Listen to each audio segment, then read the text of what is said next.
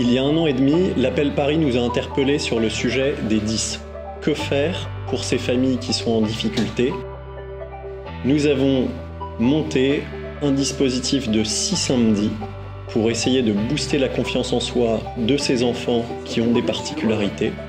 Et en même temps, nous accueillons les parents. Un scandale d'avoir besoin d'échanger avec un psychologue quand on est parent d'un enfant 10. Alors, je crois que oui, il y a effectivement un réel besoin pour ces ateliers. C'est vrai qu'ils ont d'abord été centrés sur les enfants. Et cette question-là d'accompagnement des élèves qui ont des troubles 10, c'est vraiment une question qui est primordiale pour moi, dans le sens où on se rend compte quand même qu'il y a certains parents et certains enfants surtout qui ne savent pas, au-delà en fait des accompagnements qui sont proposés par l'éducation nationale, notamment les PAP, qui ne savent pas comment utiliser des ressources dans leur travail personnel.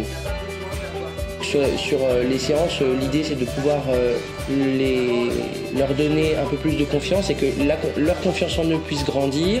C'est pour m'aider à apprendre et à m'aider avec mes difficultés. Par exemple, maintenant je sais comment je pourrais mieux apprendre mes leçons.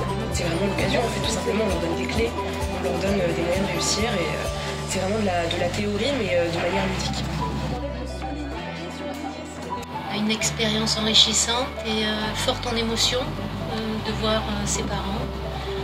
Surtout le premier samedi, surprise d'autant de parents qui étaient là au rendez-vous. Elle est en 6e et quand j'ai reçu le mail de l'appel pour les ateliers 10, je me suis dit c'est exactement ce qu'il me faut pour avoir tous les renseignements parce que je ne sais pas du tout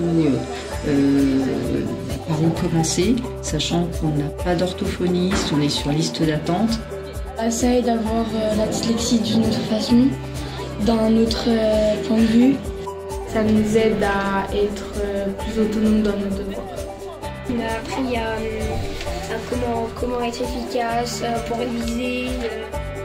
On peut en tirer de ces séances-là, c'est que ce sont des séances qui sont vraiment fortes en émotion, notamment de la part des parents, mais aussi de la part des élèves qui finalement en fait sont arrivés seuls dans cette situation-là et repartent en ayant des amis et en ne se sentant moins seuls et en ayant trouvé des solutions d'accompagnement qu'ils vont pouvoir soit réutiliser, soit aussi transmettre à leurs camarades de classe.